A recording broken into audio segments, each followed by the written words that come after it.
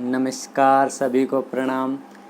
इस विजय वैदिक astro channel में फिर से आपका स्वागत करता हूं। परमपिता परमात्मा से सभी के लिए अच्छे स्वास्थ्य और सभी की मंगल कामना के लिए प्रार्थना करता हूं। आज मैं आपको इस चैनल के माध्यम से बृहस्पति मतलब गुरु ग्रह के बारे में जानकारी दूंगा। गुरु ग्रह का हमारी कुंडली में क्या प्रभाव रहेगा, गुरु ग्रह के कमज़ोर होने पर क्या लक्षण होंगे, गुरु ग्रह के अच्छे होने पर भी हमारी कुंडली में क्या लक्षण होंगे, और यदि कमज़ोर ग्रह है, गुरु ग्रह यदि जन्म कुंडली में कमज़ोर है तो हम उसका उपाय किस तरह करें। सबसे पहले मैं आपको बता देता हूँ, सभी के सभी 9 ग्रहों में बृहस्पति को गुरु माना गया है। गुरु मतलब सबसे ऊंचा पद गुरु को दिया गया है। सबसे अच्छा पद गुरु के इसीलिए मिला है क्योंकि गुरु है, आकार में बड़े हैं, महान हैं, विशाल है। गुरु ज्ञान के कारक है, गुरु भक्ति के कारक है, गुरु आध्यात्मिकता है, पूजा है, पाठ है, ज्योतिषी है, बड़े बड़े पद हैं। बृहस्पति का यही काम है, बड़े बड़े पदों पर आसीन बृहस्पति ही करवाते हैं। कानून, ध्यान दीजिए, कानून, जज, ज्योतिषी, लेखन, गुरु, आध्यात्मिक और पाठन करने वाले, पूजा पाठ करने वाले, ज्ञान जिनको अत्यधिक ज्ञान है, जो ऊंचे पदों पर आसीन हैं, ये सब बृहस्पति, अच्छे बृहस्पति के ही लक्षण हैं। यदि जन्म कुंडली में बृहस्पति कमज़ोर है, यदि बृहस्पति नीच राशिगत किसी भी जन्म कुंडली में है तो इसके लक्षण सुनिए। यदि हमारी कुंडली में बृहस्पति कमज़ोर है तो क्या होगा। ज्ञान का अभाव रहेगा, चाहे बड़ा हो, चाहे बच्चा हो, चाहे बूढ़ा हो, उसमें ज्ञान का अभाव रहेगा, ज्ञान की कमी रहेगी। पढ़ाई में ये बाधा उत्पन्न करेगा, पढ़ाई पूरी नहीं होने देगा या बीच में ही रुकावट पढ़ाई में होगी। संस्कार अच्छे नहीं रहेंगे, बच्चे हैं तो उसमें भी संस्कार की कमी रहेगी, बड़े हैं तो उनमें भी कुछ संस्कार की कमी रहेगी। संस्कार मतलब उनको ज़्यादा ज्ञान नहीं होगा, उनको पूजा पाठ का ज्ञान नहीं होगा, उनको बोलने का ज्ञान नहीं होगा, उनको ज्ञान में किसी न किसी तरह से उनके ज्ञान में कमी महसूस होगी। यह कमज़ोर बृहस्पति के लक्षण हैं। इसके अलावा सबसे महत्वपूर्ण बात कमज़ोर बृहस्पति की बताता हूँ, शादी में रुकावट करेगा। कमज़ोर बृहस्पति खासकर लड़की की शादी में रुकावट पैदा करेगा। कमज़ोर बृहस्पति शादी समय अनुसार नहीं होने देगा, शादी लेट करवाएगा और संतान भी लेट देगा। और यदि संतान, कई कुंडलियों में तो बृहस्पति, कमज़ोर बृहस्पति के लक्षण होते हैं कि संतान देता ही नहीं। संतान देता है तो देखिए माँ बाप को संतान का ज़्यादा सहारा, ज़्यादा सुख नहीं होता। यही कमज़ोर बृहस्पति के लक्षण हैं। और जिन पुरुषों की कुंडलियों में बृहस्पति कमज़ोर है, वो मैंने बताया कि उनको संस्कार में कमी रहेगी, उनकी विद्या में कमी रहेगी, उनके ज्ञान में कमी रहेगी। वो ज़्यादा पूजा पाठ को मानने वाले नहीं होंगे। ऐसे कई लोग होंगे जो भगवान को भी नहीं मानते, उस आध्यात्मिक शक्ति को भी नहीं मानते, जिनका बृहस्पति कमज़ोर है। सनातन धर्म में जो आसक्त रखते हैं, आध्यात्मिक पूजा पाठ, ज्योतिषी में विश्वास रखते हैं, ये मानिए कि उनका बृहस्पति अच्छा है, वो अच्छे कर्मों से युक्त है। पिछले जन्म के कर्मों का भी बृहस्पति यही बताते हैं कि जिनकी कुंडली में अब बृहस्पति अच्छा है, उनके पुनर्जन्म भी कहीं ना कहीं प्रारब्ध, जिनको पिछले जन्म का लेखा जोखा बोलते हैं, वह भी कहीं ना कहीं अच्छे रहे होंगे। धनु राशि में बृहस्पति और मीन राशि में बृहस्पति सबसे अच्छे माने जाते हैं क्योंकि यह बृहस्पति की खुद की ही राशियां हैं। इसके अलावा कर्क राशि में बृहस्पति को उच्च स्थान दिया गया है, मतलब कर्क राशि में बृहस्पति को उच्च का माना गया है, जबकि मकर राशि में बृहस्पति को नीच का माना गया है। यह लगन, पंचम और नवम भाव में अति कारक माने जाते हैं। एकादश भाव में भी बृहस्पति का बहुत अच्छा फल होता है क्योंकि लगन हमारा शरीर, हमारा व्यक्तित्व, जिसके लगन में ही बृहस्पति है, कहते हैं कि वो व्यक्ति पुनर्जन्म में कुछ अच्छी आत्मा इस जन्म में बनकर आया है, जिसमें एक परोपकार और उदारता की भावना होती है। पंचम का बृहस्पति अच्छी संतान देता है, अच्छी बुद्धि देता है, अच्छी विद्या और संतान देता है, क्योंकि पंचम भाव में बैठे बृहस्पति की सीधी दृष्टि हमारे नवम स्थान भाग्य स्थान पर होती है, लाभ स्थान पे होती है, और नौवीं दृष्टि होती है हमारे लगन व्यक्तित्व पर।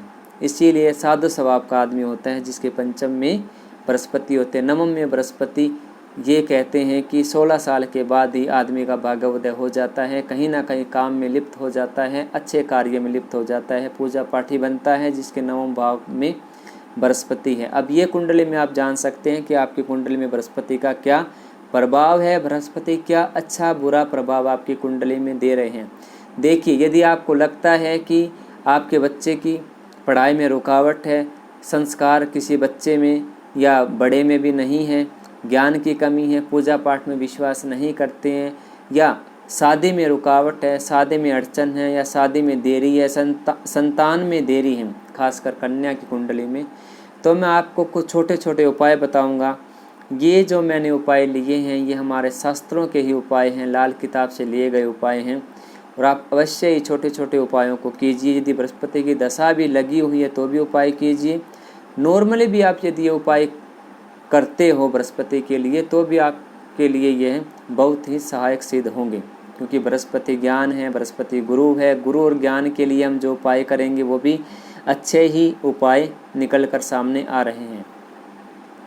नंबर 1, आप बृहस्पति का व्रत कर सकते हैं। बृहस्पति को अच्छा करने के लिए, बृहस्पति की कंडीशन को सही करने के लिए, डिग्रियों की में थोड़ी उच्चतम मान लाने के लिए आप बृहस्पति के व्रत कर सकते हैं। हर रोज़ तांबे की लोटियां में आप जल लीजिए, उसमें 1 चुटकी हल्दी डालकर आप सूर्य भगवान को हर रोज़ जल अर्पित कीजिए, जल दीजिए। नंबर 3, जब भी आप स्नान करें तो नहाने की बाल्टी में 1 चुटकी हल्दी डालकर ही स्नान करें, बहुत ही अच्छा रहेगा।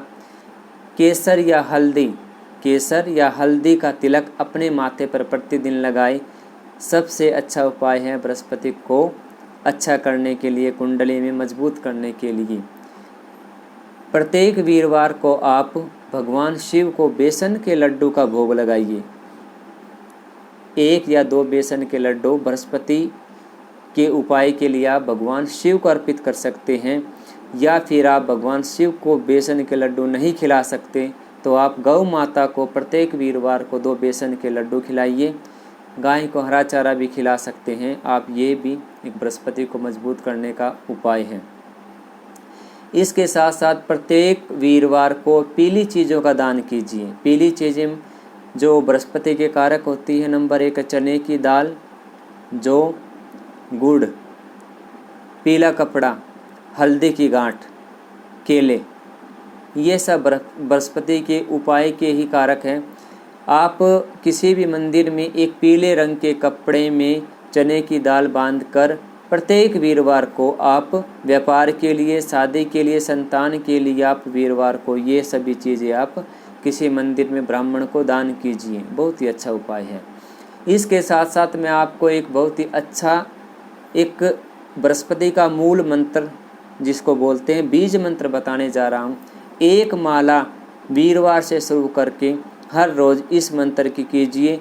ये एक तांत्रिक प्रभाव वाला भी मंत्र है और एक ये बीज मंत्र भी है। बीज मंत्र जो सभी तरह के मूलों, सभी तरह की कमजोरियों को, सभी तरह की परेशानियों को दूर करके हमारे शरीर में एक चेतना, आध्यात्मिकता भरकर हमारे जहन में उतरकर वो हमारे लिए एक समय के बाद पॉजिटिविटी, सकारात्मक ऊर्जा लाकर हमारे कार्यों में जो भी रुकावटें हैं, तकलीफ़ें, उन्हें दूर करता है।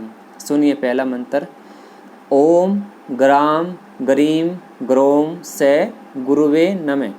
दोबारा सुनिए, ओम ग्राम ग्रीम ग्रोम से गुरुवे नमः।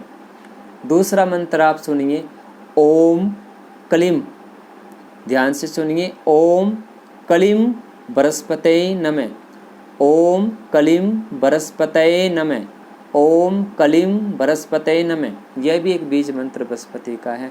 इन मंत्रों की, दोनों मंत्रों की या एक मंत्र की आप माला कर सकते हैं। इससे भी आपका बृहस्पति अच्छे कंडीशन में ज़रूर आपको अच्छे फल देंगे।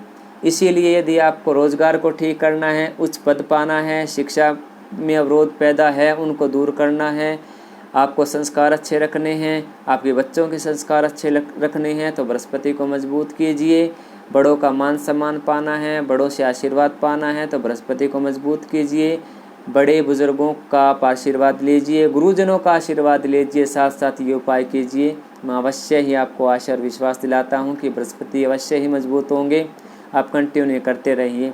आशा करता हूँ कि छोटे छोटे उपाय के माध्यम से आप बृहस्पति गुरुदेव जी को आप अपनी कुंडली में डिग्री वाइज अच्छा करेंगे और उनकी अशुभता को कम करके शुभता की दृष्टि से आप इसको कुंडली में उजागर करेंगे। इसी मंगल कामना के साथ मैं आपसे विदा लेता हूँ और मैं आपसे फिर रिक्वेस्ट करता हूँ, आपका खुद का ज्ञानवर्धक चैनल है, इसको ज़्यादा से ज़्यादा लाइक कीजिए, शेयर कीजिए। ज्ञान का एक बहुत अच्छा माध्यम है और ज़्यादा से ज़्यादा सब्सक्राइब कीजिए।